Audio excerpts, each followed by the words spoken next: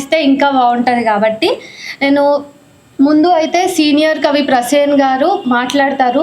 గంట సేపు వారు మాట్లాడాల్సి ఉంటుంది.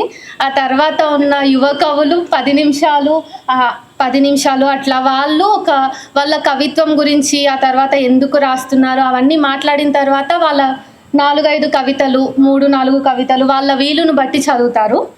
ముందు నేను ప్రసేన్ గారి గురించి చెప్పి వాళ్ళని ఆహ్వానిస్తాను, వాళ్ళు మాట్లాడాల్సి ఉంటుంది. కవిత్వ రూపం పరంగా తన సమకాలీన కవుల కంటే కూడా 100 ఏళ్ళు ముందుంటారు ఈ సార్. అయితే ఈ మాట నేను చెప్పింది కాదు, మోగారే ఇట్లా ప్రశంసించారు. అంటే మనం అర్థం చేసుకోవచ్చు ఇంకా ప్రసేన్ గారి కవిత్వం తీరు ఎట్లా ఉంటుంది అని చెప్పి. సో అంతటి రక్తస్పర్శ ఉన్న కవుల్లో ప్రసేన్ గారు కూడా ఒకరు. మూసలను బద్దలు కొట్టడం తన వాక్యపు రక్తగుణమని మనం మాట్లాడుకోవచ్చు. ఇంకా ఉంది క్రితం తర్వాత, ఏదీ కాదు మొదలైన విభిన్నమైన కవితా సంపుటాలతో తెలుగు సాహిత్యంలో విలక్షణమైన ముద్ర వేసిన కవి ప్రసేన్ గారు. తన సినిమా రివ్యూలు, ముందు మాటలు ఇప్పటి తరం వచనం రాయటానికి కొత్త పాఠాలుగా మనం చెప్పొచ్చు. ప్రస్తుతం కేంద్ర సాహిత్య అకాడమీ సలహా మండలి సభ్యులుగా పనిచేస్తున్న ప్రసేన్ గారు ఈ సాయంత్రం మనకి తను కవిత్వంలోకి ఎట్లా వచ్చారు, సాహిత్యం తన జీవితాన్ని ఎట్లా మార్చింది, ఇవన్నీ కూడా చెప్పడంతో పాటు నాలాంటి యువ కవులకి ఇంకా ఏమైనా ఇన్పుట్స్ ఇస్తారని అనుకుంటున్నాను. Sir please welcome sir. Thank you అండి. సభకు నమస్కారం. ఈ కార్యక్రమం ఉంది అని యాకూబ్ నాకు చెప్పినప్పుడు అంటే దీని ఫార్మాట్ ఏంటి అని అడిగాను. అడిగితే యాకూబ్ నీ కవిత్వ జర్నీ, నీ సాహిత్య జర్నీ చెప్పుకోవాల్సి ఉంటుంది. నీ వ్యక్తిగతమైన జీవితము, కవిత్వంలోకి ఎట్లా వచ్చావు, ఆ తర్వాత కవిగా ఏం చేసావు, దాంతోపాటు కవులకి కవిత్వం రాయడానికి ఇన్స్పిరేషన్ ఇచ్చే కొంత ఏదన్నా సమాచారం చెప్పగలిగితే బాగుంటుంది అని చెప్పాడు. సరే దానికి ఓకే అన్నాను. అంటే సరే ట్రావెల్, నా సాహిత్య ట్రావెల్ కావచ్చు అవి చెప్పొచ్చు, కానీ ఇన్స్పిరేషన్ ఇవ్వడం అనే దానికి సంబంధించి అయితే నేను గ్యారెంటీ ఇవ్వలేను. ఎందుకంటే నేను చెప్పే అంశాలు, నేను ఫాలో అయ్యే అంశాలు ఇన్స్పిరేషన్ ఇవ్వగలవని నేనేమి నమ్మడం లేదు. ఒకవేళ ఇస్తే ఓకే, ఇవ్వకపోతే కూడా డబుల్ ఓకే. Thank you. నేను ప్రధానంగా కవిగా ఎప్పుడు మొదలయ్యానో నాకు తెలియదు. అసలు దానికి కూడా కొన్ని కారణాలు ఉండొచ్చు. అంటే నేను 1960 బోర్న్ అండి. 1960లో పుట్టాను నేను. అప్పటికే మా ఇంట్లో కొంత సాహిత్య వాతావరణం ఉండేది.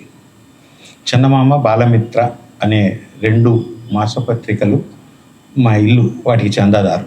అట్లానే ఆంధ్రప్రభ, ఆంధ్ర సచిత్ర వారపత్రిక 2 కూడా వీక్లీ మా ఇల్లు చందాదారు.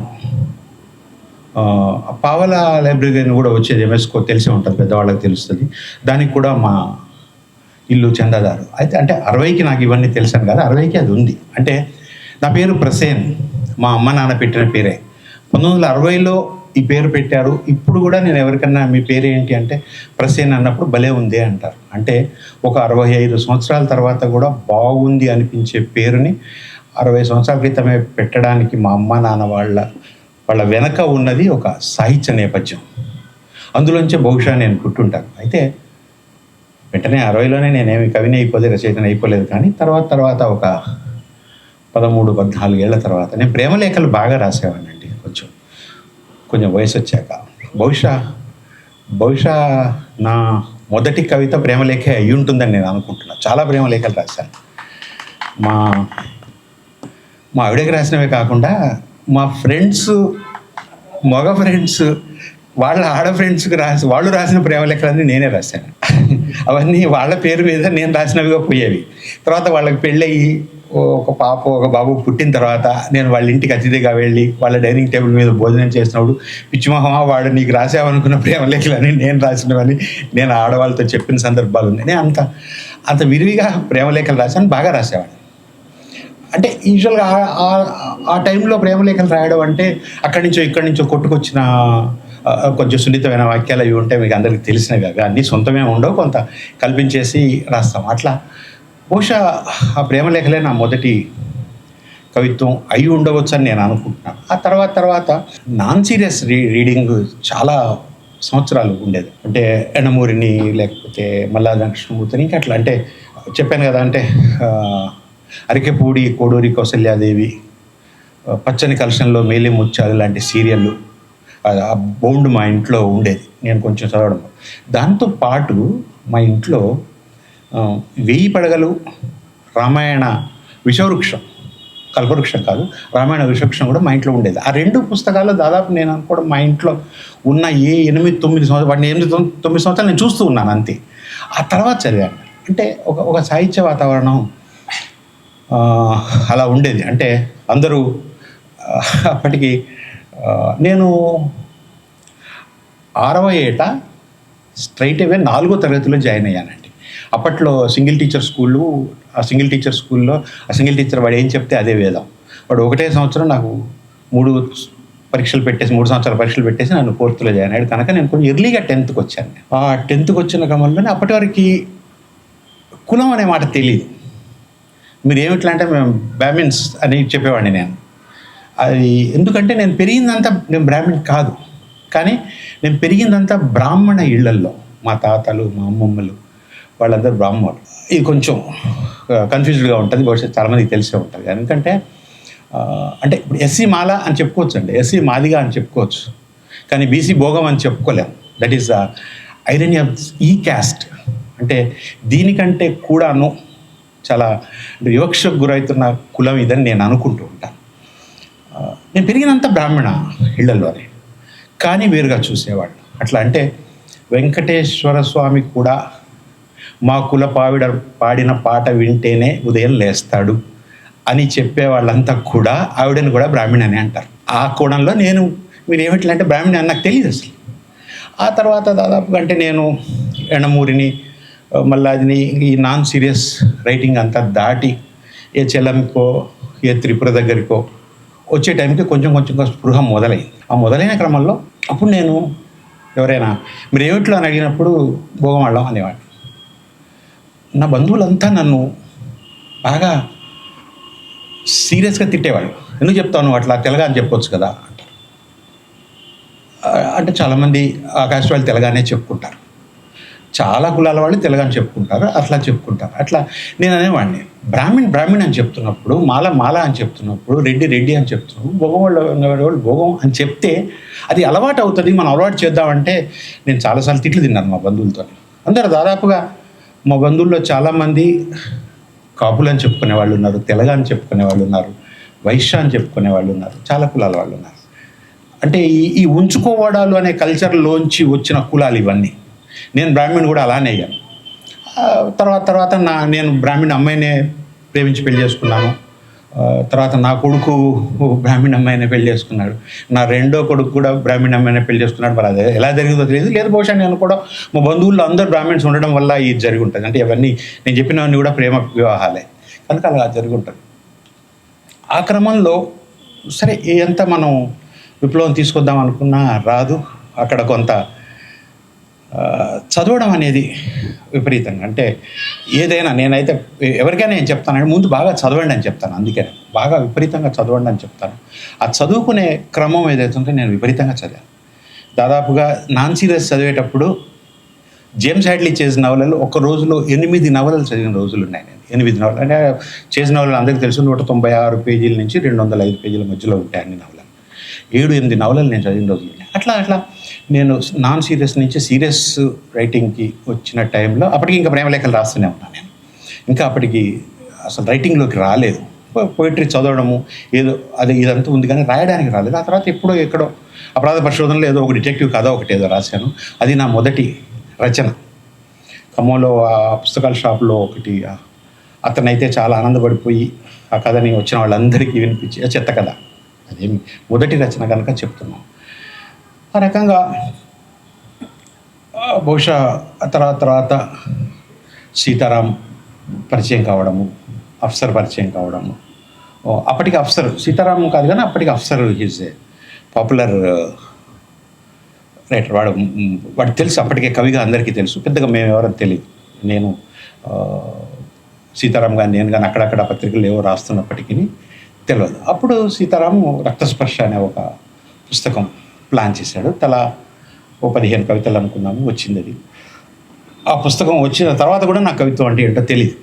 రక్తస్పర్శలో నేను రాసింది కవిత్వం అని నేను ఇవాళకి కూడా అనుకోలేదు. నేను చాలా చోట్ల దాన్ని అఫీషియల్గా రికార్డెడ్గా నేను దాన్ని డిజోన్ చేసుకుంటున్నాను అని చెప్పాను. ఎందుకంటే తెలియదు అప్పటి కవిత్వం అంటే రోడ్డు అంటే ఆ రోడ్డుని డిస్క్రిప్టివ్గా కింద ఒక 15 లైన్లు రాసేసి అది కవిత అనడము, ఇంకా అలానే ఏదో ఒకటి. సరే, ఆ తర్వాత తెలుగు సాహిత్యంలో చాలామంది కవులు అదే రూపకాలంకారాన్ని పట్టుకొని మహాకవులు అయిపోయిన వాళ్ళు కూడా చాలామంది ఉన్నారు, అదేమీ కాదనట్లే. కానీ నేను అప్పుడు నాకు అనిపించింది, ఇప్పుడు నేను అంటే దాదాపు నేను డినై చేసి కూడా దాన్ని డిజోన్ చేసుకొని కూడా 15 సంవత్సరాలు అయింది. ఆ తర్వాత రక్తస్పర్శతో అని తీసేస్తే ఇంకా అప్పటికంటే ఇంగ్లీషు సాహిత్యం చదవడం అనేది చాలా ఎక్కువైపోయింది. అంటే ఇక జేమ్స్ హ్యాడ్లీ చేజ్ని, ఇర్వింగ్ వ్యాలెస్ని దాటి వచ్చేసాం. ఏ పిచ్చికాయుధం కనపడ్డా చదవడం అనేది ఉండేది, నాకు విపరీతంగా తెలియదు. కానీ అప్పుడు ఇంగ్లీషు సాహిత్యం అంటే ఆంగ్ల రచయితలు, ఆంగ్లేతర వేరే దేశాల కవులు, నాటకకర్తలను చదవడం చాలా ఎక్కువ చదివాను నేను. ఆ క్రమంలో అంటే ఏంటంటే ఇప్పుడు ఇంగ్లీషు రచయితలు అందరూ కూడా వాళ్ళు రాయదలుచుకున్నది రాయడం ప్రధానంగా రాస్తారు. కానీ ఇంగ్లీష్లో రాసే, లేదు జర్మన్ నుంచో లేకపోతే ఫ్రెంచ్ నుంచో వేరే ఇంగ్లీష్లోకి వచ్చినవన్నీ ఆ రచయితలందరూ కూడా వాళ్ళు రాసే విధానానికి ఎక్కువ ప్రాధాన్యత ఇస్తారు. ఈ రెండు చిన్న తేడాలు. అందులో నేను చదివిన వాళ్ళందరూ కూడా బహుశా రాసే విధానానికి ఎక్కువ ప్రాధాన్యతనిచ్చే వాళ్ళు అయి ఉంటారేమో. అందుకని ఇంగ్లీష్ కూడా నేను చదువుకున్నాను. ఫ్రెంచు, జర్మన్ చదివిన క్రమంలో రాసే విధానానికి ఇంపార్టెన్స్ ఇస్తూ నేను దీన్ని మిక్స్ చేసుకొని రాసే విషయము, రాసే విధానము అనే దాని మీద నేను ఒక దృష్టి కేంద్రీకరించి రాయడం అనేది నేను చేశానని అనుకుంటున్నాను. ఆ క్రమంలోనే మామూలుగా అంటే చెప్పాను కదా, ఇట్లా అంటే రూపకాలంకారము, మామూలుగా కవిత రాయడం అనేది అప్పటికి కొన్ని రాశాను నేను. ఇప్పుడు నాకు నా పేరు చెప్పంగానే చాలామంది నా తాతయ్య చేతికర్ర కోట్ చేస్తారు. తాతయ్య చేతికర్ర మంచి పోయం కావచ్చు, కానీ నేను సేమ్ ఇప్పుడు ఏమి ఉండదు తాతయ్య చేతికర్ర అనే దాంట్లో. ఓ మెమాయిర్, తాతయ్య మీద ఉండే ప్రేమ, ఆ చేతికర్రలోకి తన్ని పర్సానిఫై చేసి చేతికర్ర అనే తాతయ్య అనుకొని మా అమ్మ అంటే మా తాతయ్య కోడలు ఆయన ఎలా నిర్లక్ష్యం చేసిందని చెప్తూ చివరికి అది కాలిపోయినప్పుడు దాని నిండా కన్నీళ్ళు ఉన్నాయి కనుక బాగా పొగొస్తుంది అని చెప్పడంతో కవిత ముగించాను. చాలా సింపుల్ ఫామ్ అని నేను ఇది అనుకుంటా. అంటే ఇప్పటికీ నన్ను ప్రసేనాలంగానే అది కోట్ చేస్తారు. కానీ నేను దానికంటే ఇది కాదు కవిత్వంలో ఉండాల్సింది. కవిత్వం ఇంకేదో చేయాలి. కేవలం అందంగా చెప్పడము, అలంకారాలతో చెప్పడం కాదు అని నేను అనుకున్నాకనే నా మొదటి పుస్తకం ఇంకా ఉంది. నేను శీర్షికల విషయంలో కూడా చాలా పర్టిక్యులర్ అండి. అంటే నాకు రక్తస్పర్శ అనే టైటిల్ నాకు అసలు ఏమాత్రం నచ్చని టైటిల్. అప్పటికి నా అజ్ఞానంలోంచే నేను అప్సరతో సీతారాంతో పోరాడే, అది కాదు టైటిల్, అదేం టైటిల్ అది, రక్తం స్పర్శ అది కాదు, అది మామూలు మాట పెట్టండి. వాళ్ళు అప్పటికి అప్సర్ ప్రధానంగా బాగా సీనియర్ కనుక తను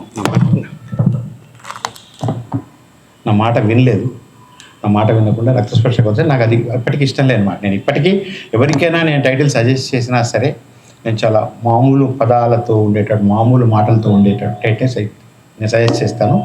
అలానే ఇంకా ఉంది అనే దానికి నేను ఒక తాత్విక అర్థం ఉంది అని నేను అనుకుంటున్నాను. అంటే నథింగ్ ఈజ్ కంప్లీటెడ్, ఏది ఎప్పటికీ ముగియదు అనేది చెప్పడం అనేది నా ఉద్దేశం. అదో ఒక తాత్విక చింతన అనుకొని నేను ఆ టైటిల్ పెట్టాను. చాలా మామూలు మాట. ఇంకా ఉంది అనేది చాలా మామూలుగా మాట అని బయట వాళ్ళకి ఎందుకు అనిపిస్తుంది అంటే, వారపత్రికల్లో ఉండే సీరియల్లో చివరిలో ఉండే బ్రాకెట్లో ఉండే మాట అది ఇంకా ఉంది కనుక వాళ్ళకి అది ఒక కవిత్వ పుస్తకానికి శీర్షికగా బహుశా దాన్ని ఆమోదించడానికి సిద్ధంగా లేదు. కానీ నేను కొంత సంజాయిషి లాంటి వివరణ లాంటిది ఇచ్చుకున్నాక పోనీలే అనుకున్నారు. ఆ తర్వాత నా తర్వాత పుస్తకానికి నేను ఏది కాదు అని పెట్టాను. ఏది కాదు అంటే ప్రతిదాన్ని డినై చేయడం అనే అర్థంతో, నేతి అని సాంస్క్రిట్లో ఉంటుంది. ఆ సెన్స్తోని నేను ఏది కాదు అని పెట్టాను. అది కూడా అంటే నేను ఇప్పటివరకు వచ్చిన నా సంకలనాలన్నిట్లలో ది బెస్ట్ అన్నదని నేను అనుకుంటా. అందులో నా భావజాలం అయితే నా కవిత్వం ఏమిటి, నేను ఏం చెప్పదలుచుకున్నాను, నా రూపం ఏమిటి అని. బహుశా మోహన్ ప్రసాద్ కూడా ఇందాక శ్రీనిధి చెప్పినట్టుగా తన సమకాలీన కవుల కంటే రూపంలో కవిత్వ రూపంలో ప్రసేన్ 100 ఏళ్ళు ముందున్నాడు అని మోహన్ ప్రసాద్ లాంటి మనిషి. ఎందుకంటే ఆయన అనడం అనేది వేరే ఎవరో అంటే కాదు, ఆయన అసలు కవిత్వ రూపం గురించి తెలుగు సాహిత్యంలో మోహన్ ప్రసాద్ గారికి తెలిసినంతగా ఎవ్వరికీ తెలియదు. అది నేను వెళ్ళబుద్ధి చెప్పగలను. ఆయన ఆ మాట అనడం అనేది నేను ఐఎమ్ ప్రౌడ్ ఆఫ్ ఆయన ఆ మాట నన్ను అనడం, అది ఇప్పటికీ అలా నిలిచిపోవడం అనేది అట్లా ఏది కాదు అనేది నా అంటే మ్యాగ్నమ్ ఓపస్ అంటారు, అంత పెద్ద మాట కాదు కానీ ఊరికి మీకు అర్థం కావడం కోసం చెప్తున్నాను, అయి ఉంటుందని నేను అనుకుంటాను. ఆ తర్వాత నాకు ఇష్టమైన పుస్తకం క్షమకావ్యం అని నా మనవరాలు పుట్టాక నేను ఒక చిన్న పోయిటరీ ఆల్బమ్ వేశాను. పోయిటరీ ఆల్బమ్ ఏం లేదు, జస్ట్ నా మనవరాలు పుట్టి అప్పుడే అది మొదటి పుట్టినరోజు బహుమతిగా తనకు ఆ పుస్తకం నేను ఇచ్చాను. ఈ సంవత్సర కాలంలో తను మా ఇంట్లో తచ్చాడుతున్నప్పుడు, తిరుగుతున్నప్పుడు, నడయాడుతున్నప్పుడు జరిగిన ఫీలింగ్స్ అన్నిటినీ నేను అందులో రికార్డ్ చేశాను, అందులో ఫోటోలతో. అందుకని నేను పోయిటరీ ఆల్బమ్ అన్నాను దాన్ని. అది ఒకటి నాకు బాగా ఇష్టమైన కొంచెం చిన్న చిన్న లైన్లు ఉంటాయి, చిన్న చిన్న మాటలు ఉంటాయి, ప్రతి తల్లి కనెక్ట్ అయ్యేటటువంటి పుస్తకం అది బాగా హిట్ అయిన పుస్తకం. దీంతోపాటు నేను ఇక్కడ ఒక మాట చెప్పదలుచుకున్నాను. నేను కవిత్వం గురించి నేను ఇంత మాట్లాడాను కదా, నాకు ఒక చిన్న డౌట్ ఉంటుంది ఎప్పుడైనా సరే. నేను ఇందా చెప్పాను కదా, అంటే మనం ఇదంతా చెప్పుకునేటప్పుడు ఒక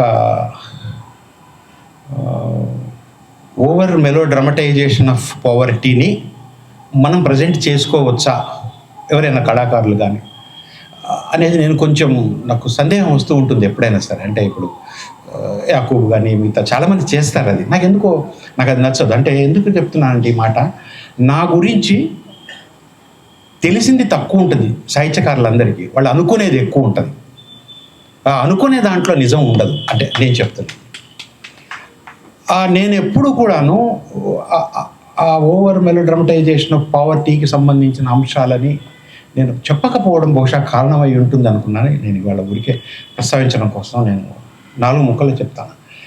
నేను నా 14వ ఏట నేను 10th పాస్ అయిన అప్పటి వరకు మేము బాగా బలిసిన వాళ్ళం, బోల్డ్ డబ్బులు. You believe it or not, అప్పటికి 1974 నా 14వ ఏట. అంటే అప్పుడు కాకతీయ మెడికల్ కాలేజీలో 8,000 రూపాయలు కడితే మెడికల్ సీట్ వచ్చేది, 8,000 రూపీస్ డొనేషన్. బహుశా ఇప్పుడు అదైతే 1.5 అయి ఉంటుంది ఇప్పట్లో లెక్క ప్రకారం. మేము ఆ 8,000 రూపాయలు కట్టగలిగిన మా ఫాదర్ ఆయన అంటే బీడీఓ స్థాయి, అంటే బీడీఓ అంటే ఇప్పుడు దాదాపు ఆర్డీఓ అంటే డిప్యూటీ కలెక్టర్ స్థాయి ఉద్యోగం చేసేవాడు మా ఫాదర్. ఆ క్రమంలో అట్లా అంటే ఒక మెడికల్ కాలేజ్ సీటు పొందగలిగేటటువంటి శక్తి ఉన్న టైంలో 10-30 అంటారు కదా, over night riches to rags అంటారు ఇంగ్లీష్లో. ఒక్కసారి మొత్తం మా ఆస్తులు, మా వ్యవస్థ మొత్తం ధ్వంసం అయిపోయింది. మేము నిరుపేదలం అయ్యాం. సరే అదంతా అనవసరం, ఎందుకు ఎలా అయింది అది పక్కన పెట్టి అయిపోయాక we're forced to run away Bombay. Mumbai కాదు అప్పటికి, బాంబేలో వెళ్ళాం. బాంబేలో మేము 2 సంవత్సరాలు ఉన్నాం. బాంబేలో చాలా చాలా పేద బతికాం మా కుటుంబం అంతా, మా అమ్మ, మా నాన్న, మా చెల్లి, నేను. ఎంత పేద బతికామంటే నేను ట్రైన్లో పళ్ళు అమ్మాను, ట్రైన్లో పల్లీలు అమ్మాను, ట్రైన్లో పుచ్చకాయ ముక్కలు అమ్మాను. 10 పైసలకు ఒక ముక్క చొప్పున ఒక కాయ కొనుక్కొని 15 ముక్కలు చేసి ₹1.50 వస్తే ఆ ₹1.50లో ఒక 60 పైసలు లాభం వస్తే అట్లాంటి రోజు 2-3 అమ్మితే వాటితోనే మా ఫాదర్ తీవ్రమైన ఆస్తమా పేషెంట్ ఆయన. అంటే క్రానిక్ బ్రాంకటిస్ అంటారు. ఆయన కొంచెం చల్లగాలి వచ్చినా, కొంచెం చలి ఏదన్నా, కొంచెం తడి తగినా ఆయన అసలు కంటిన్యూస్గా దగ్గుతూనే ఉంటారు. అప్పుడు నేను ఆ వయసులో ఎట్ ద ఏజ్ ఆఫ్ 15 మా అమ్మని, మా చెల్లిని, ఇంక్లూడింగ్ మా ఫాదర్, ఆయన ఎడ్రినాలిన్ ఇంజెక్షన్ ఆయనే తీసుకోవాలి. రోజుకి 7-8 ఎడ్రినాలిన్ ఇంజెక్షన్ తీసుకునేవాడు. ఎడ్రినాల్ వాయిల్ అప్పుడు 80 పైసలు. ఎడ్రినాల్ వాయిల్ అంటారు, అందులో 10 ఇంజెక్షన్లు ఉంటాయి, అది 80 పైసలు. ఇదంతా కూడా నా మీదనే భారం పడింది. అక్కడ బహుశా నేను అనుకోవడం, నాకు జీవితం అది నేర్పి ఉంటుంది. కవిత్వం కావచ్చు, బాధలు కావచ్చు, పెయిన్స్ కావచ్చు, ఏదన్నా. నేను హోటల్లో సప్లైర్ చేశాను, బార్లో సప్లైర్గా పనిచేశాను. అయినప్పటికీ నాకు ఈ చదువు మీద పిచ్చి ఉండేది. మీరు నవ్వుతారు, బార్లో సప్లయర్గా పనిచేస్తున్నప్పుడు ఒక కస్టమర్ దగ్గర ఎక్స్క్విజిట్ అనే మాట నేను ఇంగ్లీష్లో వాడినందుకు అతను ఆ రోజు నాకు ₹2 టిప్ ఇచ్చాడు. ఎక్స్క్విజిట్ అనే మాట 1975లో నేను వాడినందుకు, ఆఫ్టర్ ఒక బార్ సప్లయర్గా వాడినందుకు ₹2 టిప్ ఇచ్చాడు. ₹2 టిప్ అనేది 75లో చాలా ఎక్కువ. అప్పుడు పావలా ఇచ్చేవాళ్ళు టిప్కి, అంతే. ఆ దరిద్రంలోంచి ఆ తర్వాత then we came back to, మళ్ళీ మేము హైదరాబాద్ వచ్చాము. తర్వాత సరే చాలా పరిణామాలు అవి జరిగాయి. నాకు అక్కడ కొంచెం అంటే కులానికి సంబంధించిన ఎఫెక్ట్, అంటే నేను చెప్పిన బ్రాహ్మణ కుటుంబంలో ఉంటూనే వాళ్ళతోనే వ్యతిరేకతని, వాళ్ళతోనే దూరాన్ని అనుభవించిన పరిస్థితుల్లో కొంచెం కులం పట్ల అవగాహన రావడం మొదలైంది. అప్పటికి బ్రాహ్మణ్ అని చెప్పుకోవడం మానేశాను. అప్పటికి బహుశా నేను అనుకో 19 ఏళ్ళు వచ్చి ఉంటాయి నాకు. అప్పుడు చెప్పాను ఇందాక నేను ఏటోళ్ళు అంటే భోగవాళ్ళు అనేవాళ్ళు. ఇప్పటికి కూడా బాధేస్తుంది నాకు చాలా సందర్భాల్లో. నాకు కొంచెం ఈ విజయవాడ ఆంధ్ర ఫ్రెండ్స్ ఎక్కువ. వాళ్ళందరికీ ఒక అలవాటు ఉంటుంది, భోగం మేడం పెట్టించామంటారు. వాళ్ళకి నేను తెలుసు, అయినా కూడా అలవాటు ప్రకారం వాళ్ళు అనేస్తారు. మొన్న భోగం మేడం పెట్టించాం భలే ఉంది అంటారు. కొంచెం నా మనసు ఎక్కడ చూకమంటుంది.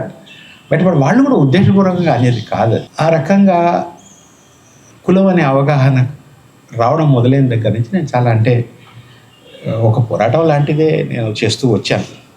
కానీ అంటే అది నిలబడేది కాదు. అయితే ఇప్పుడు అంటే భోగం అనే మాట లేదు ఇప్పుడు కులాల జాబితాలో.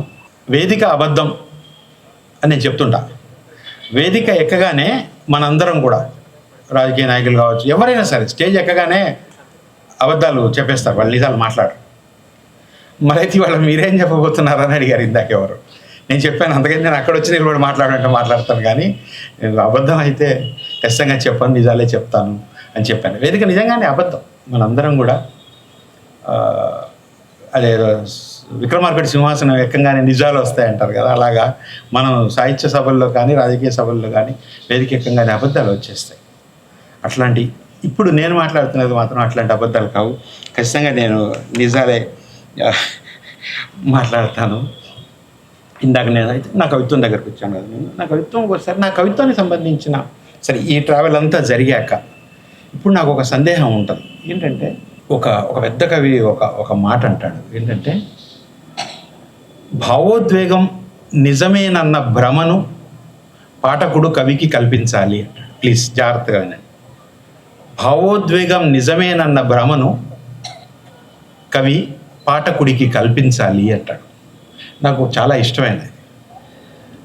మనం రాసే కవిత్వం అంతా కూడాను నిజమైన భావోద్వేగమా, లేకపోతే పాఠకుడికి అది నిజమేనని భ్రమ కల్పిస్తున్నామా అంటే సింపుల్. దాన్ని ఇంకా సింప్లిఫై చేస్తాను నేను. కవిత్వం అనేది, మనం రాసే కవిత్వం అనేది అంటే ఐ డోంట్ బిలీవ్ ఏది అంటారే అంతర్బహిర్చేతనల ఘర్షణ కవిత్వం. నా కవిత్వం నేను రాయలేదు, అదేదో రాయించింది, నా పాత్రలు వాటికి అవే. I don't believe. నేనైతే నమ్మను. ఖచ్చితంగా నా వరకు నేనైతే మన స్కిల్ మాత్రమే మనం రాస్తాము అని నేను బలంగా నమ్ముతాను. స్కిల్ తప్పితే ఇంకోటి ఏమీ ఉండదు. అందులో కేవలం భావోద్వేగమే కనుక మనం రాసేటట్టయితే అందరం ఒకటేలాగా రాయాలి. మా అమ్మ చనిపోయింది, సుబ్బారావు వాళ్ళ అమ్మ చనిపోయింది, ఇద్దరం అమ్మ మరణం అని ఒక కవిత రాశారు. ఖచ్చితంగా ఇద్దరు కవిత ఒకే రకంగా బలంగా ఉండాలి, కానీ ఉండకపోవచ్చు. సుబ్బారావు కవిత చాలా బలంగాను, నా కవిత బలహీనంగానూ ఉండొచ్చు, ఎందుకంటే నాకు స్కిల్ తక్కువ ఉండడం వల్ల. అలా కాదు, మా అమ్మ చనిపోలేదు, నేను చనిపోయినట్టుగా ఊహించుకొని మా అమ్మ బతికే ఉంది, కవిత రాశాను అమ్మ మరణం అని. సుబ్బారావు నిజంగా వాళ్ళ అమ్మ చనిపోయింది, వాళ్ళ అమ్మ చనిపోయినట్టు అమ్మ మరణం అని కవిత రాశాడు. అప్పుడు నా కవిత బాగుండొచ్చు. మా అమ్మ చనిపోకున్నా నేను అమ్మ మరణం అని నేను కవితను ఊహించుకొని, భావాన్ని భావోద్వేగాన్ని ఊహించుకొని రాసుంటే బాగుండొచ్చు. ఎందుకంటే ఇందులో నా స్కిల్ ఎక్కువ వాడాను నేను, ఖచ్చితంగా బాగుంటుంది. అతని భావోద్వేగం అంతవరకే. ఇక్కడ నాది యాడెడ్ స్కిల్, అంటే ఆర్టిక్యులేషన్ అంటాం కదా మనం, అది అని నేను బలంగా నమ్ముతాను. అందరూ ఒప్పుకోకపోవచ్చు కాబట్టి. కనుక ఇవన్నీ ఉత్తమ మాటలు మాట్లాడద్దు. అంటే కవులందరూ కూడాను కవిత్వాన్ని తీసుకెళ్ళి అంటే ఒక హై పెడెస్టల్ మీద కూర్చోబెట్టే ప్రయత్నంలో జరిగేటటువంటి భాగం. అయితే కవిత్వం బాగుండాలంటే ఖచ్చితంగా స్కిల్ పెంచుకోండి అని చెప్తాను నేను. ఇవాళ నేను నా కవిత్వం కఠినంగానో మొరటుగానో, నా కవిత్వం రూపకరహితంగానో ఉండడానికి నేను నడిచొచ్చిన దారి కారణం, నేను నడిచొచ్చిన గతుకులు కారణం, నేను నడిచొచ్చిన గుంటలు ముళ్ళు రాళ్ళు కారణం అయితే, మనం రాయబోయే కవిత్వానికి మన స్కిల్ దేని ద్వారా వస్తుంది? మనం ఏమైతే చదువుకున్నామో, మనం ఏమైతే నేర్చుకున్నామో, మనం ఏమైతే తెలుసుకున్నామో. నేను దాదాపుగా ఒక 45 ఏళ్ళుగా నేను చదువుతూనే ఉన్నాను. ఇవాళ నేను ఏదైనా ఒక వాక్యం రాస్తే అది బాగుంటే అది నా ఇప్పటి గొప్పతనం కాదు. నేను 45 ఏళ్ల పాటుగా రాసిందంతా ఆ వాక్యంలో ఉంది, చదివిందంతా ఆ వాక్యంలో ఉంది అని అర్థం. అది సాధించండి అని చెప్తాను నేను ఎవరికైనా సరే. అది ముఖ్యం. మనం చదివిన దాన్ని మనం రిప్రొడ్యూస్ చేస్తాం, రిఫైన్ చేసి రిప్రొడ్యూస్ చేస్తాం, రీసైకిల్ చేసి రిప్రొడ్యూస్ చేస్తాం. మామూలుగా పిల్లల విషయంలో చెప్తారు, ఏ పిల్లవాడు కూడా ఏది సృష్టించడు, మనం అన్నవి విని తను రిప్రొడ్యూస్ చేస్తాడు. అదే భాష అవుతుంది. అంటే కవిత్వానికి సంబంధించిన వరకు కవిత్వం అనేది భాష యొక్క కళ అనే విషయాన్ని అయితే నేను అంగీకరిస్తాను. యొక్క అనే మాట వాడక తప్పదేమో నాకు, అంటే నేను వాడను. ఇక్కడ భాష కళ, కవిత్వం అనేది భాష కళ. భాషని కళాత్మకంగా చెప్పగలగడం అనేది కవిత్వం అనుకుంటే, కళాత్మకంగా చెప్పడం ఎక్కడి నుంచి రావాలి, ఎలా రావాలి? మనం చదివింది, మనం నేర్చుకున్నది, మనం అనుభవించింది, మనం జీర్ణం చేసుకున్నది ఇందులోంచి రావాలి. అది నేను చాలామందికి అదే చెప్తుంటా. అందుకే పుస్తకాల టైటిల్స్ కూడా ఎవరికి వర్తిస్తే వారికి అని పెట్టినప్పుడు కూడా నేను నిజానికి యూజువల్గా నేను సీతారాం మేము బోజం ఫ్రెండ్స్ అండి, ప్రతి విషయం చర్చించుకుంటాం, ఏది రాసినా ఏదైనా సరే. ఎవరికి వర్తిస్తే టైటిల్ అప్పుడు నేను వాడికి కూడా చెప్పలేదు. పుస్తకం అచ్చు గిరిధర్, విజయవాడలో గిరిధర్ చేశాడు కవర్. అక్కడికి వెళ్ళినప్పుడు సిస్టమ్ మీద ఓపెన్ చేశాను, నేను నిలబడి వాడు వెనక నిన్నాడు. వాడు కూడా ఏంట్రది అన్నాడు. బాగాలేదా అన్నాను. బాగాలేదు అన్నాడు. అయితే ఖచ్చితంగా అదే ఉంచుతానన్నాను. అదే ఉంచాను. కిందికి సరిపోయేసరికల్లా భావ వ్యాకరణం అన్నాను నేను దాన్ని, కవిత్వం అనలేదు. కవిత్వం యూజువల్గా మీరు అన్ని కవితా సంకలనాలు మీద పైన కవిత్వం అని అడ్డం కానీ నిల్లు కానీ 3 అక్షరాలు ఉంటాయి. నేను అది అనకుండా ఎవరికి వర్తిస్తే వారికి సేమ్ భావ వ్యాకరణం అన్న. అంటే మామూలు పోయిటరీ అంటే రీడర్స్ రెస్పాన్స్ థియరీలో మీకు అందరికీ తెలిసే ఉంటుంది. ఒక్కో కవితను ఒక్కొక్కళ్ళు ఒక రకంగా అర్థం చేసుకుంటారు. చాలా సింపుల్ది కావచ్చు, చాలా కఠినమైనది కావచ్చు. ఒకంకే కబికం బాకా అన్నప్పుడు ఎవరికి ఎట్లా అర్థం కావచ్చు, లేదు మామూలుగా. నేను దానికి ఉదాహరణ ఒక మాట, నేను రాసింది ఒక వాక్యం చెప్తుంటే ఏంటంటే, బలపం ఎన్ని ముక్కలైనా రాస్తూనే ఉంటుంది అనేది నేను రాసిన ఒక వాక్యం అండి. ఈ వాక్యాన్ని మామూలుగా బలపం ఎన్ని ముక్కలైనా రాస్తూనే ఉంటుంది అని కనుక ఎవరిని అనుకున్నాం, కరెక్టే కదా, నిజంగా బలపం ముక్క అయిపోయి రాస్తాను. కానీ దాని వెనక్కి వెళ్ళి దాంట్లో ఉండే ఒక తాత్విక భావాన్ని కనుక గ్రహిస్తే చాలా అర్థాలను ఇస్తుంది.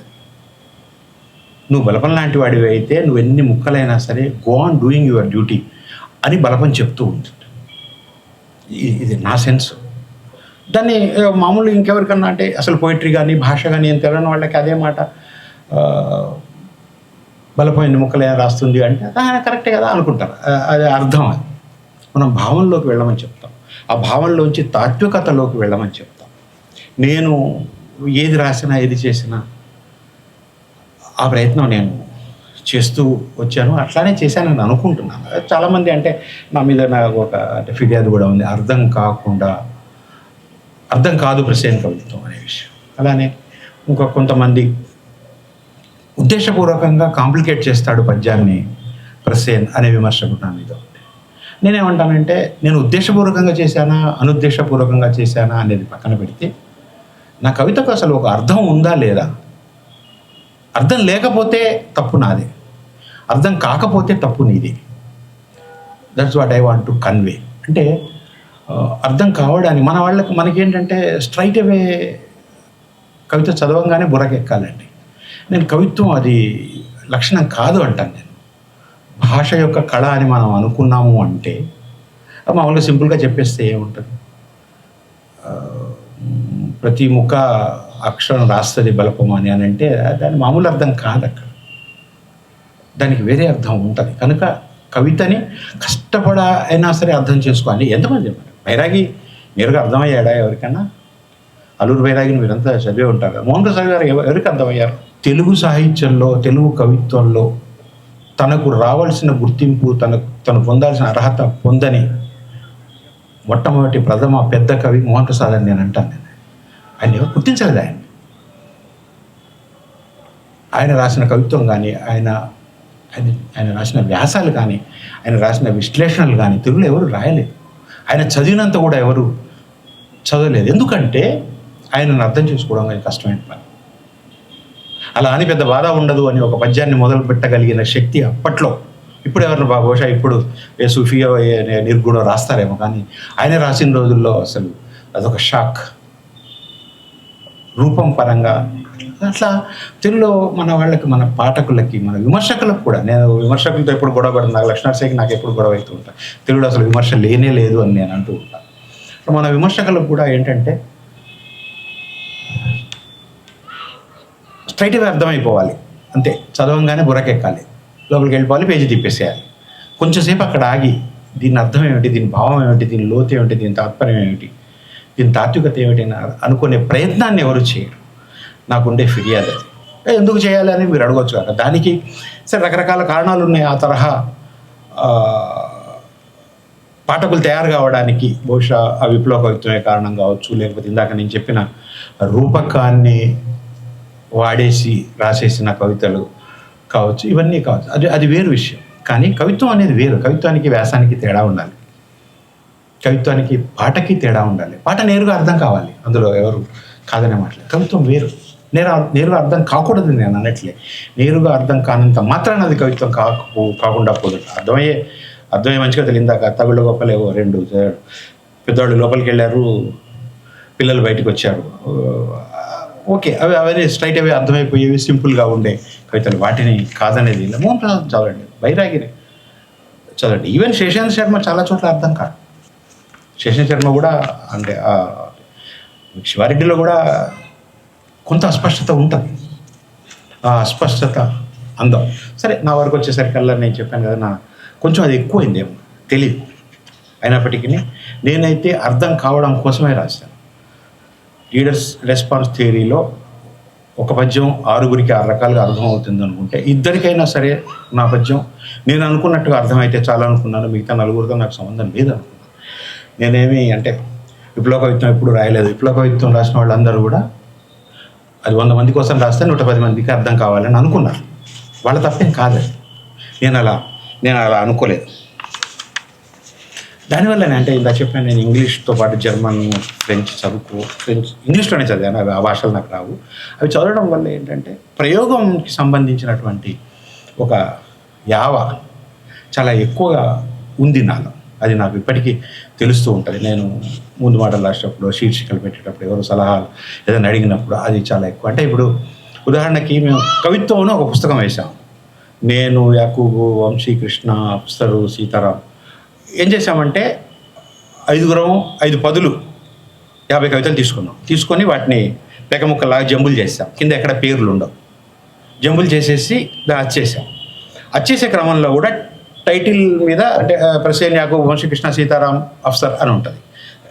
పేజీ తిప్పంగానే పేర్లు వరుస మారుతుంది.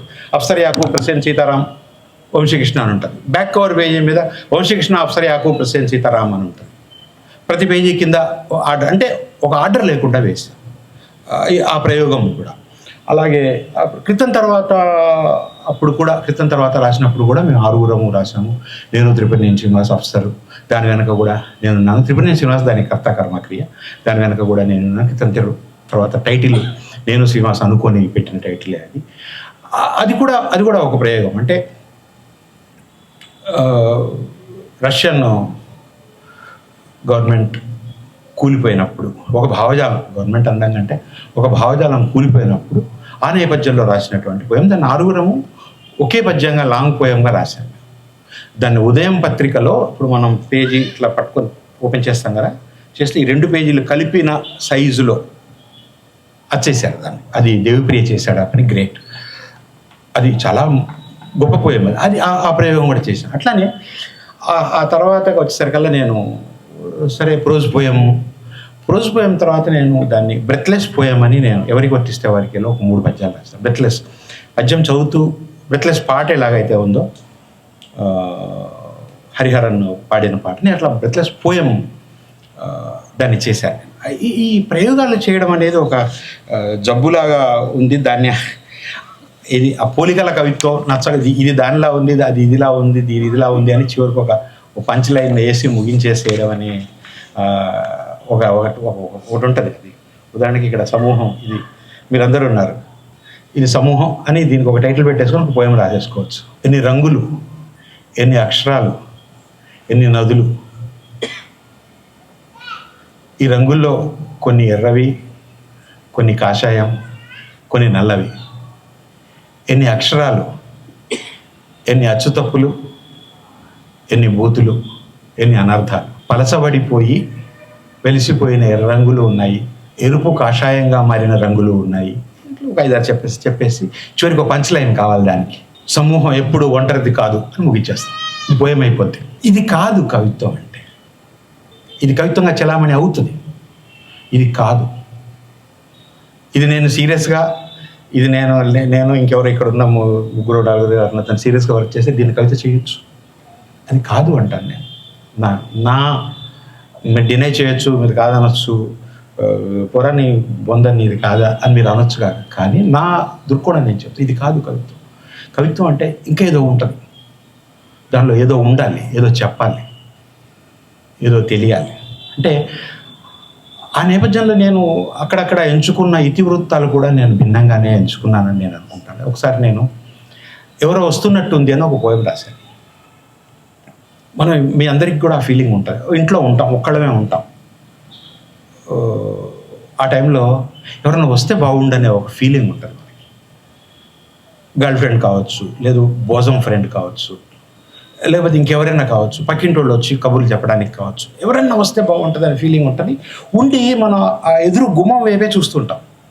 ఆ గుమ్మం వైపు చూస్తున్నప్పుడు అక్కడ ఏం జరిగినా ఎవరో వస్తున్న ఫీలింగ్. సీతారాం వస్తున్నాడా, అఫ్సర్ వస్తున్నాడా, లేదు ఫలానా గర్ల్ ఫ్రెండ్ వస్తుందా, లేదు ఫలానా వాళ్ళు పక్కింటి వాళ్ళు వచ్చి పిలుస్తున్నారా, లేకపోతే ఇంకెవరన్నా వస్తుంది. దాన్ని నేను పోయం చేశాను.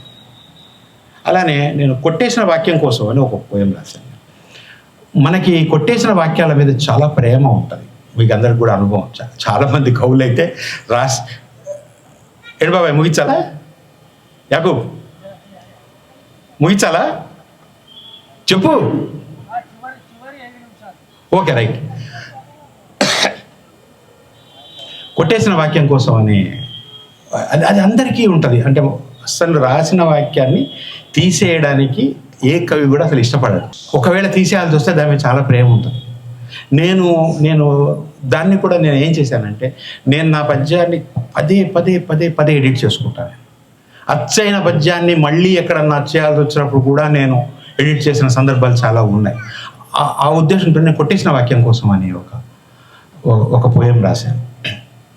అలానే ఇంకొకటి అంటే మొన్న కాశ్మీర్లో మర్డర్స్ జరిగినప్పుడు అందరూ చెప్పారు కదా, ఏది వాళ్ళని పాయింట్లు ఇప్పదీసి సుంతి ఉందా లేదా చూసి దెన్ షూట్అవుట్ చేశారని చదివి ఉంటారు కదా. ఇది నిజానికి బాంబేలో శివ సైనికులకి ముస్లిమ్స్కి మధ్య 90s జరిగిన ఇష్యూ అది. అప్పుడు శివ సైనికులు విపరీతంగా ముస్లిమ్స్ని చంపేస్తున్నారు. బాల్ ఠాకరే సైన్యం అంతా కూడా చంపేస్తున్న క్రమంలో అప్పుడు వాళ్ళు ముస్లిమ్స్ ఏం చేశారంటే, పాపం శివ సైనికులకు ఒక ఎటైర్ ఉంటుంది, మీకు అందరికీ తెలిసి ఉంటుంది. ఒక వైట్ పజామా లాంటిది, ఒక వైట్ లాల్చి, ఒక టోపీ, ఒక చిన్న బొట్టు, ఇది శివ సైనికుల ఎటైర్. అప్పుడు ముస్లిమ్స్ అంతా ఏం చేశారంటే, శివ సైనికులు చంపకుండా ఉండడం కోసం ఈ ఎటైర్లో తిరిగారు బొంబాయిలో. ఆ విషయం తెలుసుకున్న శివ సైనికులు అట్లాంటి ఎటైర్లో అనుమానాస్పదంగా ఎవడన్నా కనపడితే వాడి ప్యాంట్ ఇప్పదీసి వాడి కనుక సుంతి ఉంటే వాడిని చంపేశారు. నేను అప్పుడు ఒక పోయం రాశాను. సరే, ఆ పోయము రాశాను, అది అచ్చయింది. దాంట్లో గమ్మత్తు ఏంటంటే, లాస్ట్గా ఒక వాక్యం నేను ఏం చేశానంటే, రండి రాముడికి సుంతి చేద్దాం, శివసైనికులు చూసి రాముడిని చంపేయకపోరు అని రాశాను. నిజంగా నేను 90లో రాశాను కనుక నేను అప్పుడు పిచ్చితోనో అమాయకత్వంతోనో లేకపోతే ఇంకేదో రాసి ఉంటాను. కానీ ఇప్పుడు నేను ఆ మాట రాయలేను. నన్ను చంపేస్తారు, నన్ను సుంతి కాదు కదా కోసేస్తారు, నాది నేను రాయలేను. అగో కరెక్ట్ అది. నిజంగా అంటే నేను అంటే రాయడం విషయంలో నేను ఎంత పర్టికులర్గా ఉన్నాను, నేను ఎలా ఉన్నాను అని అని చెప్పడం కోసం నేను చెప్తున్నాను. పోతే అంటే యాకూబ్ నాకు బెల్ గంట కొట్టాడు కనుక ఇంకొక మాట మళ్ళీ అదేంటి ఎక్స్టెన్షనా అంటే కవిత్వం చదవడం విషయంలో నేను సారీ, ఎందుకంటే నేను ఆయన పూర్ రెండరర్ ఆఫ్ ది పోయం, నాకు చదవడానికి రాదు. నిజానికి నాకు రెండైనా మరీ రెండంటే చాలా ఎక్కువ రాదు నాకు చదవడం, నిజంగా చెప్తాను. నేను చదవలేను, పైగా నాది కొంచెం పీలగొంతు, మాడ్యులేషన్ అది. మీరు చదివించడం కోసం ఇట్లాంటి బిస్కెట్లు నాకు వేయొద్దు ప్లీజ్. లేదు లేదు, విషయం చెప్పడం వేరు కానీ చదవడం అమ్మా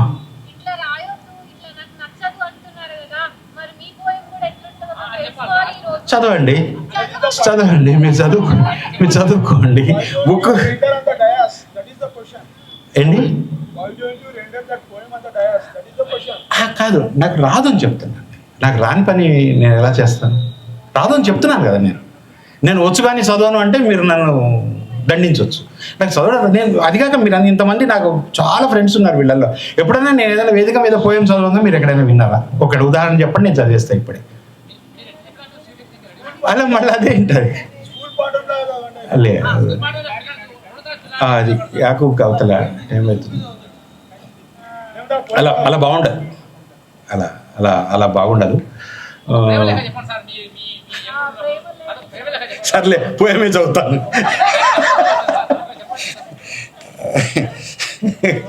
ఈ బ్లాక్మెయిలింగ్ సరే అయితే ఒకటి, నా పోయం అర్థం కావడం ప్రెసెంట్ పోయిటరీ అర్థం కావట్లేదు అని అన్నప్పుడు నేను ఒక పోయం రాశాను.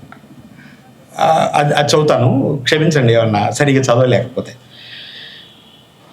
అర్థం కూడా విభేదిస్తుంది అలియాస్ నా కవిత ఆత్మకథ.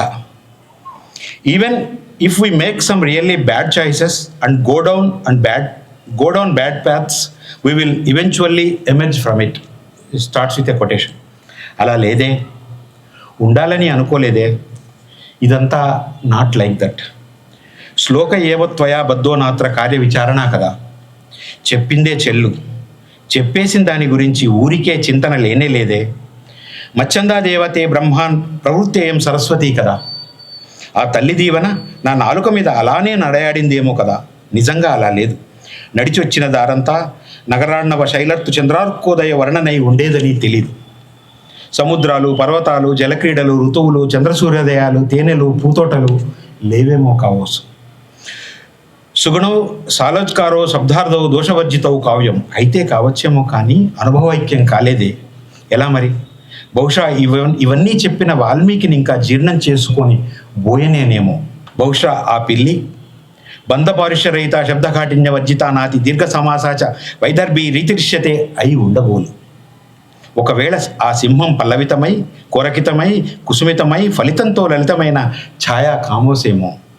విల్లు విసిరిన బాణానికి ముఖాన్ని సర్దేసి మానిషాద ప్రతిష్టాం తమాగమ శశ్వితాశయమాయత్ క్రౌంచమిథునాదేకం అవధి కామమోమితం అని ఆపిల్ పండును నిర్దాక్షిణ్యంగా బతికించి బోయుడు తిన్న తిట్లని నేను తినేసి బ్రేవుమని తేంచేసి వెనక్కి తిరిగి నెత్తురంటిన నడక వేదికలను, ముళ్ళు దిగిన దారి నీడలను, ఆనంద బాష్పాల జాడ తెలియని కన్నుప్ప నీటిని, చారికలోంచి జారిన సాంద్ర దుఃఖాన్ని రెట్రాస్పెక్టివ్గా ఫ్లాష్ ఫ్రంట్లోకి తోసి ఇంతేలే ఇదంతేలే అని నిట్టూరు చేస్తే గతాన్ని గెంటేసి వర్తమానాన్ని మింగనున్న భవిష్యత్తు కఠినమే. మృదుమత్వం అనగానేమి ఎట్లు ఎక్కడుండును, ఆదినందు దారులు లేకుండను. నడకలే బాటల నిర్మాతలు.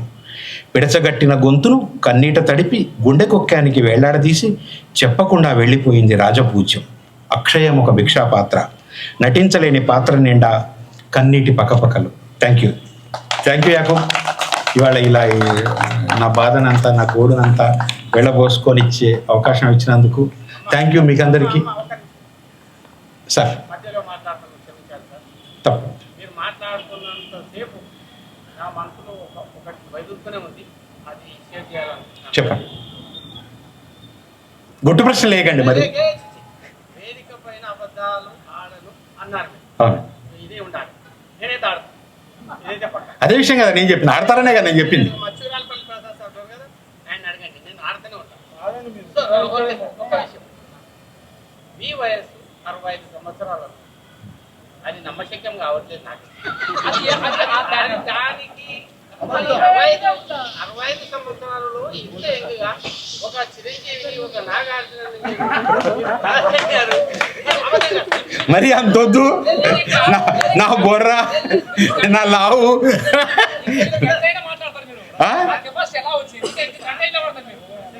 ఓకే, నేను ఒక్క నిమిషం, ఐఎమ్ స్పోర్ట్స్ పర్సన్ అండి. నేను క్రికెట్ డిస్ట్రిక్ట్ ఆడాను, ఇంటర్ యూనివర్సిటీస్ ఆడానండి. నేను ఫాస్ట్ బౌలర్ని. ఒక విషయం, అప్పట్లో మేము ఆడే రోజుల్లో 50 ఓవర్ల మ్యాచ్లో 10 ఓవర్ల లిమిట్ బౌలర్కి ఉండకపోయేది. నేను కొన్ని మ్యాచ్ల్లో మొదటి ఓవరు 49వ ఓవర్ వరకు నేనే వేశాను ఒక ఎండ్. I'm strong. నేను షటిల్ ఆడేవాడిని అండి. షటిల్ నేను బాగా ఆడతాను. షటిల్ నేను ఉదయం వాళ్ళు ఎవరు ఉన్నారు కానీ నేను ఉదయంలో షటిల్ ఛాంపియన్. నేను గెలవాలి అంటే నా స్కోరు 2 అయి ఉండి అవతల వాడి స్కోరు 12 అయి ఉండాలని మా వాళ్ళంతా కోరుకునేవాళ్ళు. 2-12 ఉంటే నేను ఖచ్చితంగా 15-12తో నేను గెలిచేవాడిని. నేను స్ట్రాంగ్ అండి, ఫిజికల్లీ స్ట్రాంగ్. నేను అంతే. నేను ఇంకా గంట నిలబడగలను. కరెక్టే మీరు అన్నట్టు. Thank you. ప్రసేన్ గారికి ఎట్లా అనిపించిందో మనం రివ్యూ తీసుకోవాలి. సో అందుకు గాను మన సీనియర్ కవి ప్రసేన్ గారు ఈ మీటింగ్ మీకు ఎట్లా అనిపించింది అన్నది మీ కొన్ని మాటల్లో చెప్తే వినాలని ఆశిస్తున్నాం. అంటే నా వరకు నాకు ఒక అనుభవంగా చెప్పాలంటే, మొన్న ఇంటర్వ్యూ నన్ను మీరు చాలా ముందు మాటలు రాస్తారు, ఎందుకు రాస్తున్నారు అని అడిగారంటే, నేను ముందు మాటలు ఎందుకు రాస్తున్నానని చెప్పానంటే, ముందు మాటలు యూజువల్గా కొత్తగా రాసేవాళ్ళు రాయించుకుంటారు. సరే, సీనియర్లు కూడా రాయించుకుంటారు, అది వేరే విషయం. అయితే కొత్తగా రాసేవాళ్ళు ఎలా రాస్తున్నారు, వాళ్ళు ఏం రాస్తున్నారు, వాళ్ళ ఆలోచన విధానం ఏమిటి అనేది నాకు తెలియడం కోసం నేను ముందు మాటలు రాస్తున్నానని చెప్పాను. ఎందుకంటే నేను రాసిన వాళ్ళు ఎవరితో ఏ పుస్తకానికి నేను ముందు మాట రాసినా నేను రాయడానికి ముందు వాళ్ళతోని 1 గంటన్నర మాట్లాడతాను. అది నా అలవాటు. నేను చాలామందితో నేను ముందు మాట రాసిన ప్రతి వాళ్ళతో నేను అలా మాట్లాడాను. అలా మాట్లాడటం వల్ల వాళ్ళ ఆలోచన విధానం తెలుస్తుంది. వాళ్ళు ఎందుకు కవిత్వం రాస్తున్నారు, ఎట్లా రాస్తున్నారు, పోయంని కానీ నవలని కానీ కథని కానీ వాళ్ళు ఎలా చేస్తారు, చేయడం ముఖ్యం ఇక్కడ. నేను ఇందాక చెప్పాను, అది చేయడం ఎలా చేస్తారు, వాళ్ళ ఆలోచన ఎట్లా వస్తుంది, దాన్ని ఎలా డెవలప్ చేస్తారు, ఎట్లా ప్రొడ్యూస్ చేస్తారు, ఇది తెలుసుకోవడానికి చేస్తాను. ఇవాళ నాకు ఈ మీటింగ్లో కూడా నాకు అది అనుభవానికి వచ్చిందని అనిపిస్తుంది. అంటే దాదాపుగా అందరూ ఒకటే మాట, నేను నాతో సహా అందరూ ఒకటే మాట ఏంటంటే, మనం మన జీవితంలోంచి అనుభవాలని మన సాహిత్యం చేస్తాం. కథ కావచ్చు, కవిత్వం కావచ్చు, నవల కావచ్చు, నాటకం కావచ్చు, వ్యాసం కావచ్చు, విమర్శ కావచ్చు, ఏదైనా సరే. అదే అందరూ చెప్పారు, అది నిజం కూడా. అయితే ఇందులో స్థాయి భేదాలు ఉంటాయి. యాకూబ్ బాగా రాస్తాడు, ప్రసేన్ బాగా రాయడు, అఫ్సర్ బాగా రాయడు, సీతారాం బాగా రాస్తాడు. ఈ స్థాయి భేదం ఎందుకు వస్తుంది అంటే, అనుభవం అందరిది ఒకటే, కానీ ఆ అనుభవాన్ని రచనగా ఒక ప్రక్రియలోకి మార్చే క్రమంలో మనం పెట్టేటటువంటి నైపుణ్యం ఏదైతే ఉందో, మనం పెట్టేటటువంటి సారం ఏదైతే ఉందో, దానిలో తేడా ఉంటుంది. ఆ తేడా లేకుండా ఉండదు. ఆ తేడాని ఇంకా బెటర్ చేసుకునేందుకు, ఇంకా బ్యూటిఫై చేసుకునేందుకు, లేకపోతే ఇంకా స్ట్రాంగ్ చేసుకునేందుకు ప్రయత్నం చేయండి అని చెప్తున్నాను. నేను చదవండి. మన లిటరలీ చెప్తున్నాను, కవి సంగమంలో రాసే చాలామందికి కూడా ఇన్పుట్ చాలా తక్కువగా ఉంటుంది. నేను 2-3 మాట్లాడినప్పుడు వాళ్ళు ఫలానా చదవరు, ఒక దురభిప్రాయం ఏదో ఉంటుంది, ఫలానా వాళ్ళని చదివితే వాళ్ళ ఇన్ఫ్లుయెన్స్లో మనం పడిపోతాం కదా. అస్సలు పడిపోం. నేను చెప్తాను, గుంటూరు శేషన్ శర్మని చదవండి, కానీ అతని ఇన్ఫ్లుయెన్స్లో పడకండి. అతని ఇన్ఫ్లుయెన్స్లో పడేస్తాడు, పడకుండా ఉండడమే గొప్ప. శ్రీశ్రీలాగా ఇన్ఫ్లుయెన్స్లో ఒకళ్ళు పడితే, శ్రీశ్రీలాగా 100 మంది రాశారు, శేషన్ శర్మలాగా 100 మంది రాశారు, శివారెడ్డిలాగా ఇప్పటికీ రాసేవాళ్ళు ఉన్నారు, మోహన్ ప్రసాద్ లాగా రాయడానికి ప్రయత్నించిన వాళ్ళు ఉన్నారు. వాళ్ళందరూ సక్సెస్ కాలేదు. మనం ఆ స్కిల్ డెవలప్ చేసుకోవాలి. ఆ స్కిల్ డెవలప్ చేసుకునే క్రమంలో ఇన్పుట్ ఉండాలి. ఇన్పుట్కి ఒక రూపం ఇచ్చేటందుకు అవసరమైన పనిముట్లని మనం తయారు చేసుకోవాలి. మనదైన శైలి ముఖ్యం. ఇప్పుడు నేను చెప్పిన 4 పేర్లు, శ్రీశ్రీ వేరు, శేషన్ శర్మ వేరు, శివారెడ్డి వేరు, మోహన్ ప్రసాద్ వేరు. వీళ్ళ నలుగురిని ఒక గాట కట్టేయలేం. వీళ్ళ నలుగురు రాసిన కవిత్వమే కానీ ఒక రకమైన కవిత్వం కాదు. ఆ రకమైన ఎవరి శైలి వాళ్ళకి అందులోకి ఇన్పుట్గా చేర్చడం కోసం మన లోపలికి మనం ఒక ఇన్పుట్ని చేర్చుకోవాలి. అది చేర్చుకోండి. ఈ సభ అదే అందరికీ చెప్పిందని నేను అనుకుంటున్నాను. వాళ్ళందరూ కూడా దాదాపుగా అదే చెప్పారు. అదే నిజం కూడా. Thank you. అందరూ ఒక మాట సరే. కానీ ఈ సభ ఇవాళ సరే, నాకు ఇద్దరు మిత్రులే. ఇవాళ యాకూబ్, అందరూ బహుశా ఫేస్బుక్లో చెప్పుంటారు కానీ ఒకసారి ఇక్కడ కూడా చెప్తే బాగుంటుంది. యాకూబ్ లక్ష్మీల పెళ్లి రోజు ఇవాళ. 34 ఏళ్ళు అంటే చాలా సక్సెస్ఫుల్ లైఫ్ వాళ్ళు లీడ్ చేసినట్టుగానే అర్థం చేసుకోవాలి. వాళ్ళకు ఒక్కసారి ప్రసేన్ గారు, చిగురాలపల్లి ప్రసాద్ గారు, బాలు అగ్నివేష్ గారు, మేనావత్ రఘు, చందు శివన్న గారు వేదిక రావాలి. నిజాం కాలేజ్ తెలుగు శాఖ చందు శివన్న గారు రావాలి. ప్రసేన్ గారు, శ్రీనిధి, చందు శివన్న గారు తెలుగు శాఖ, నిజాం కాలేజ్ తెలుగు శాఖ తరఫున ప్రసేన్ గారిని చంద్రుడికో నవ్వులు పోగు, ప్రసేన్ చంద్రుడికో నవ్వులు పోగు. నువ్వు పక్కన ఉంది.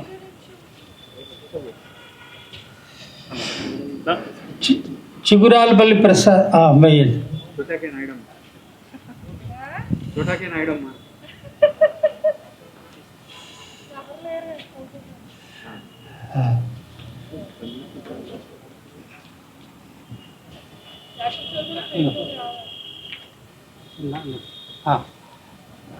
చిగురాలపల్లి ప్రసాద్,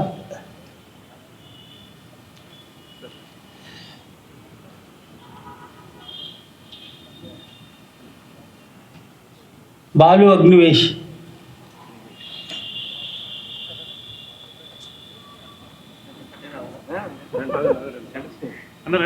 ఫోటోలో ఉన్నారు. మీరే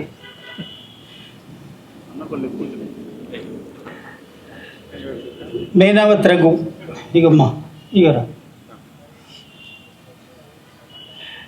ఆ తర్వాత ఇప్పుడు ఫోటో దిగుతాం అందరం. ఈ కప్పుకో చిగురా. ఇప్పుడు ఒక ఫోటో దిగుతాం అందరం కలిసి. మళ్ళీ దీని తర్వాత అందరం వచ్చి ఫోటో దిగుతాం, గ్రూప్ ఫోటో.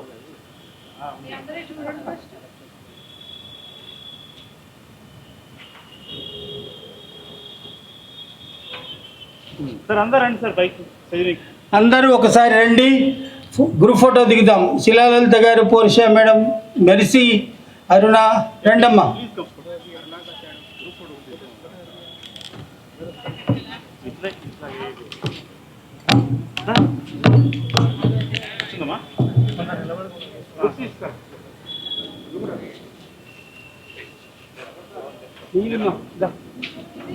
లైట్ సరిగ్గా పడేటట్టు లైట్ ఏమన్నా మనం పోవచ్చా? బ్యాక్ సైడ్ అది కూడా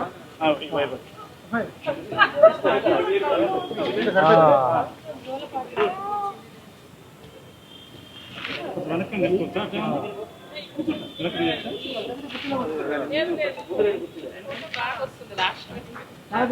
లైటింగ్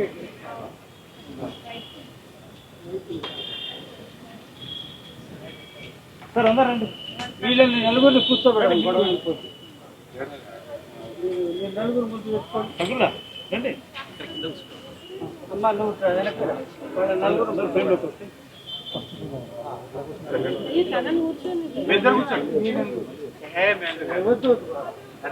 ప్లీజ్ మీరు కూర్చోండి.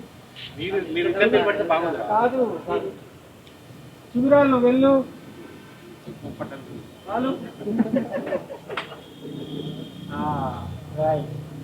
రెండు అమ్మ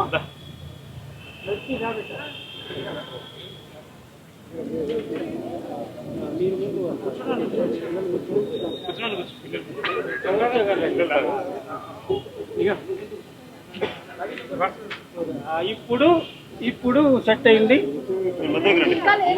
వదిలే అన్నయ్య, ఉదయమన్నయ్య, బ్రహ్మాండం. రెండన్నా ఎవరన్నా రెండన్నా వెనకున్న వాళ్ళు, ముందున్న వాళ్ళు. రాకేష్,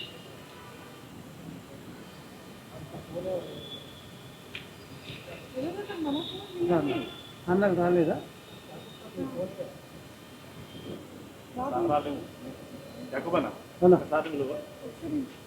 అదే తాటికొండ నరసింహరావు. రండి రండి.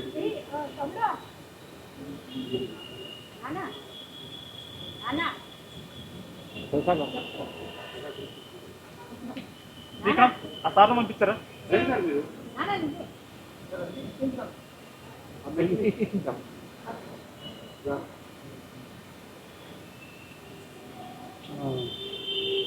బాబు బాబు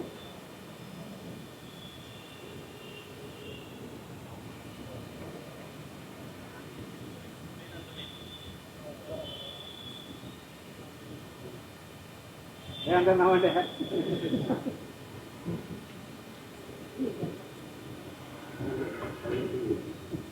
రైట్